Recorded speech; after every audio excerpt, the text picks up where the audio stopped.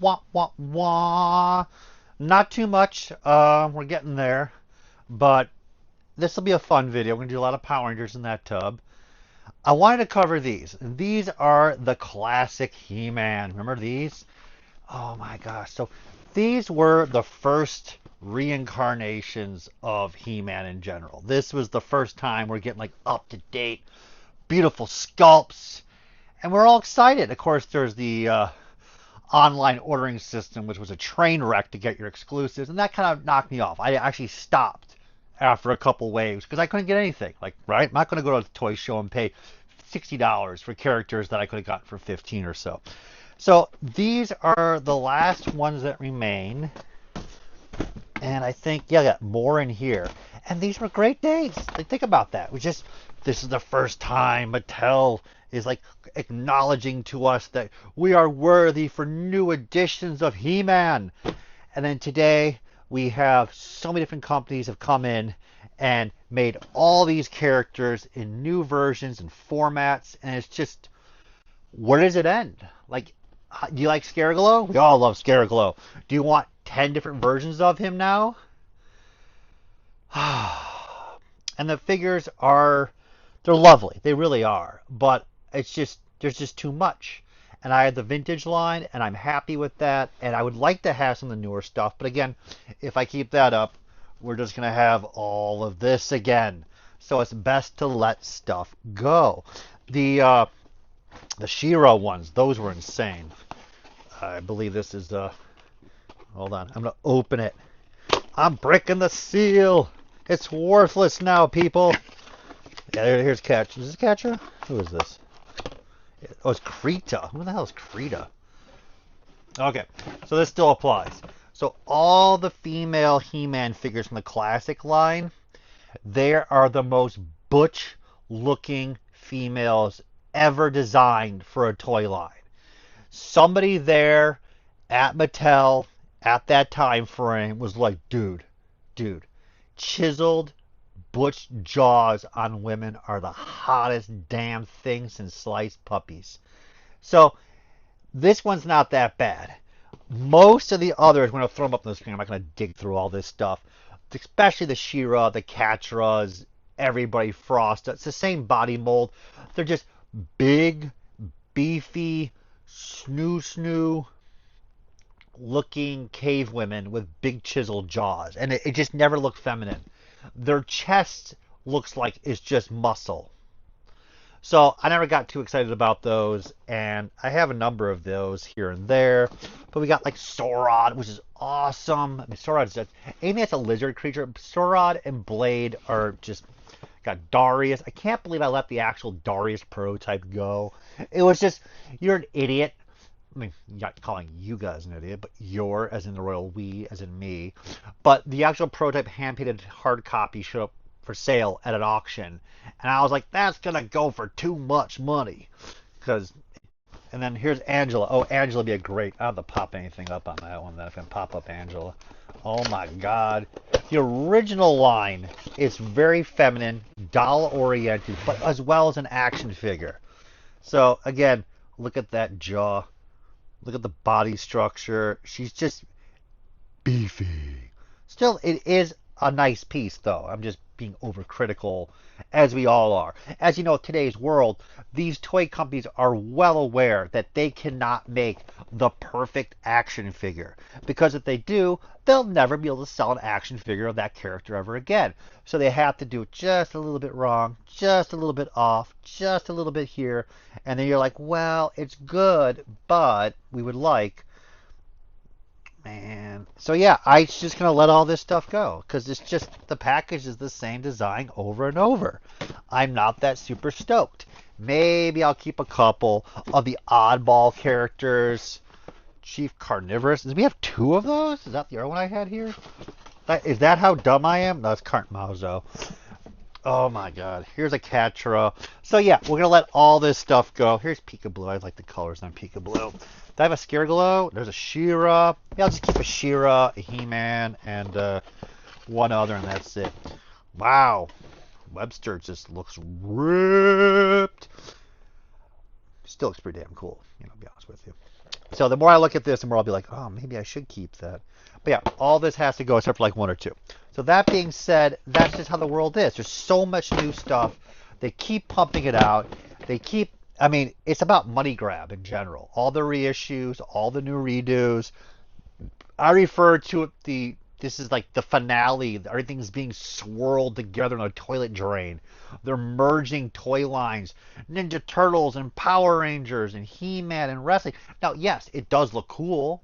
They are selling to an extent, but there's a point where they're like just running out of ideas. They gotta keep cashing in, and it's getting old to me. But I also can't house all those figures, though they do look cool. It's just the other flip side is everyone orders them on pre-order, pays full retail, and then they all show up on discount at Ollie's or somewhere else for half off or less. I don't know how the toy companies are going to survive this. It just feels like we're coming to the end. So that being said, we have some wonderful Power Rangers. So I actually have not gone through the tub. I used the tub top for a previous video and just left it off. So what do we have here? So these were little Megaforce giveaways for kids to wear. I just tossed them in there. Got red and pink. A lot of power. This is like almost a partial homage to the upcoming. So I won some items, as you may have not noticed, for Power Rangers from the Heritage Auction. But the next one is coming up in pretty much 36 hours. And I had some phone calls with people, and we're all talking about, like, what are you going to get? What are you going to go for it? What are you going to go for? Are you going to win it? Are things going too cheap, going too high? So it's, we're on a Power Ranger kick today. So we have here the Series 2, which I believe is the last series of the PVCs for Bandai. In the PVC Series 1, those, like, I'll look at all the Power Ranger toys. Mighty Morphin, obviously, is where the heart is. That's the stuff I remember seeing in the stores. And just seeing those PVCs and the 8-inch triangle boxes bring back a lot of warm memories for me. So Series 2 is pretty good. Very uncommon to get. There's not too many people looking for these things. They still only run like $5 to $10. They're banging these things out like crazy. Series 1 PVCs, a couple bucks each package. I still like them. I don't know if I have another tub full of them, but Bandai was just like, make that money. Make that money. So then we have a third one. Dun, dun, dun. Who was this puppy? Oh, I don't even have his name. Oh, the villains are way the best. Because we already got the Power Rangers to an extent. We got Bulk and Skull. We got some more villains, and that's kind of where I wanted to be. We got Lord Dread, Lord Zed. Jeez, I'm tired. Up. Yeah. Again, so we pulled in a previous video 2 of these dead stock sealed, and it looks like I really had a big fascination with the lizard dog, Doggy Kruger, and I just bought tons of Doggy Kruger stuff. This is the Battleized version. People are not really excited about some of this stuff. Now, if they turned into characters that were represented in the show, then people are excited. But this one's kind of like a weird battle armor setup. As I mentioned earlier, this whole series is kind of wonky. It's about $30 carded, and it's got to go, but this is where we're trying to purge stuff. We're trying to find extras and duplicates and just move it on out. Here's a Red Ranger. I don't think we found a Red Ranger. This creepy skull armor. Do you notice that skull face down there? Like, it doesn't really represent much for SPD. Like, they have it more monster looking. Just Bandai being Bandai. They just do a recolor. Just do a recolor. Just let it go, man. No bridge. Nobody loved bridge. Villains. The villain characters are always much more uncommon to find for the Power Ranger Bandai series. It's just the case count. How many? They have to have a villain that the Power Rangers fight. That's just how it is. They have to at all times. These in Japan, Lightspeed Rescue, Time Force, I believe, the Beetleborg villain figures, these were $5 each all day long. They were just sitting in the old toy stores that hadn't sold them. I used to pick this stuff up all the time for nothing. Yep. I left the main Zord all the time behind. But yeah, they're all dried up now. Maybe a little more interest there. But I like to keep some of the Japanese packages. Just had something different. But yeah, he's hard to get loose complete. I don't know if the market's moved up on these. This probably was $30 in 2010, and it's probably 30 bucks right now. Dino Thunder. Oh my god, I was buying these in the collectible store in Chicago for $7 each. Talking.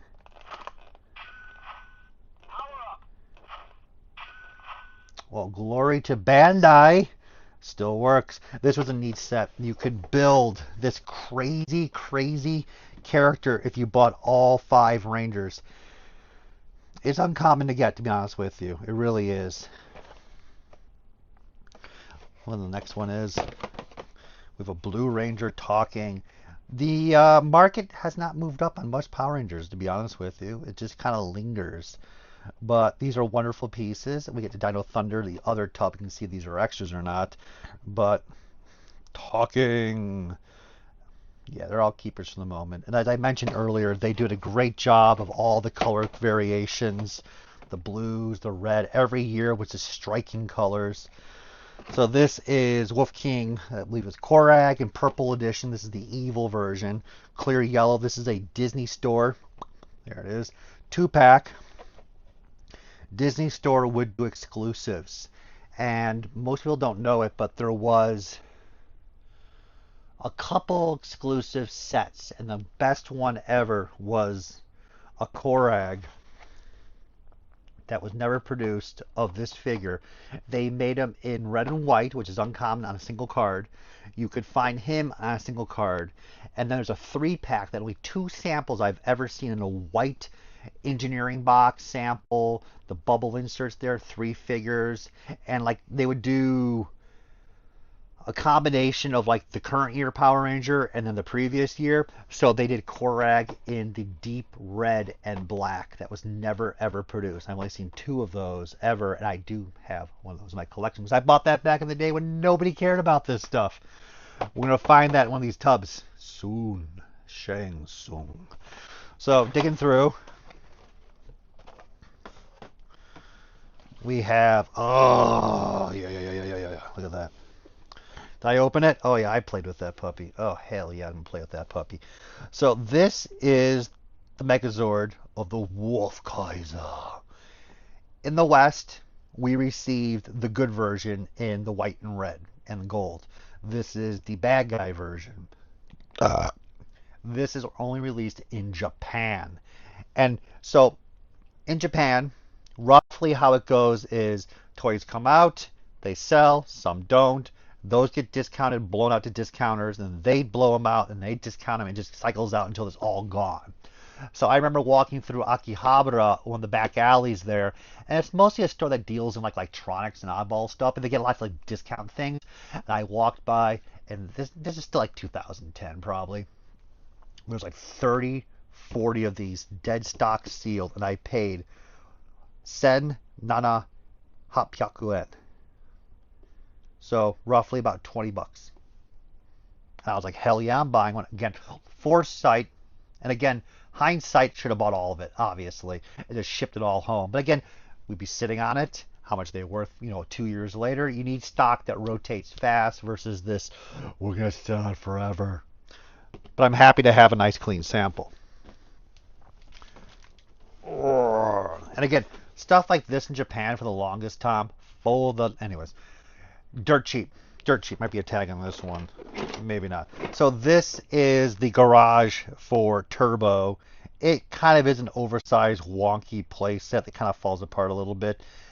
But still, this was like 10 bucks at Mandarake. It was just garbage cheap. And anytime I found Power Ranger items that were unique to Japan, I would buy them. And I would resell a number of it. It wasn't much of a profit. But I would always keep one sample for myself. And that's why I have this puppy. I wonder how nice it is. Yeah, I would probably would have hazarded it was put together. But for 10 bucks, what are you gonna do? Complain, right? It was just getting it home, and I would ship all the boxes by boat. So I used to ship everything per ground, like 50 bucks each. A little bit smaller than this box, and all the stuff would show up 2 months later at your house. Like you would just open the door one day, and like 20 of these boxes just chilling. You're like, oh damn, they're here. Jungle. So same with Jungle Fury. A lot of this stuff was just being blown out. This one's still sealed. Probably paid $5. There's one more underneath it. Oh, this is Ghost Sager. Who is this? Oh, there you go. This one was $12, dead stock sealed. And it's just it was everywhere. And then if you waited like a year and you come back, it's all gone.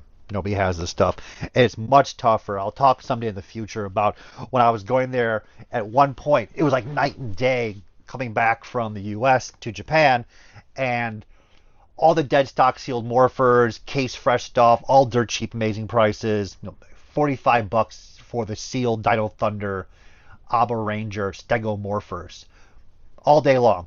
Every story had like 3 to 4 of them, and then they're all gone. And of course, the market now is insane.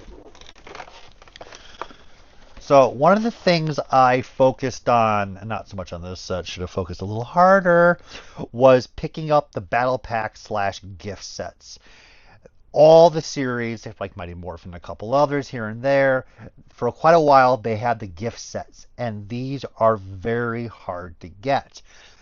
And I don't think the market's ever moved up on them. I was like dead set thinking the market's going to jump. I went to Morphicon one time, and the guy had just all these sealed, and I was like, I've just started buying up everything. I've been crazy. Probably should have bought more, to be honest. But this one's been opened. It has the key character. I forgot his name at the moment. They won't reveal that to me. But yeah, it's definitely been played with. We're definitely missing a character. I actually wouldn't doubt that some of these haven't. Oh my gosh, he's missing a hand. But it's the box you're really buying, the figures you can replace, and then he's the exclusive with the staff. So I probably paid like $15 in the past. But these, if the Power Ranger market ever goes up in value, the gift sets are definitely going to be some of the most desirable because they have all the characters and they look wonderful. They display beautifully. So that being said, that wraps up this tub. Put some a little bit of bubble down there to protect everything because I care. But we're definitely going to get to... We will be hitting up more Power Rangers a little bit later. I did see a Ninja Storm case. Well, not a case, but an entire tub of Ninja Storm we're going to go through shortly. And we're going to have a wonderful time just powering through all this stuff.